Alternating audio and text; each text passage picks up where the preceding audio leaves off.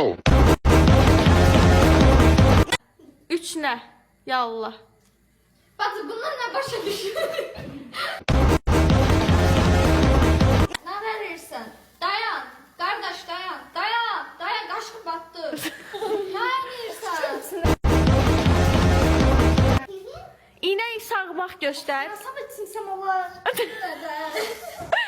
Süt iste. Ay şükür şükür. Onu.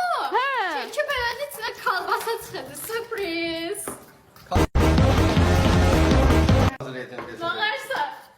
Bu neydi? Nasıl yapıştırırsan? Götür oradan. Virkanı çıxart videodan. Estağfurullah. O bayquş nə işə yarayır mən bilmirəm. Qaçışdırma. Niye öz alemde gezilir? Mən başa düşə bilmirəm. O eşitmir ya aşkım. O eşit. Artist. Koy bura. Azerbaycan artisti. Oh my god.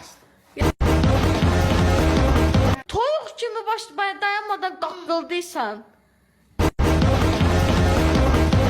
Meryem burada kal. Ya. Yol üstüne. Yol üstünə. Oraya koy.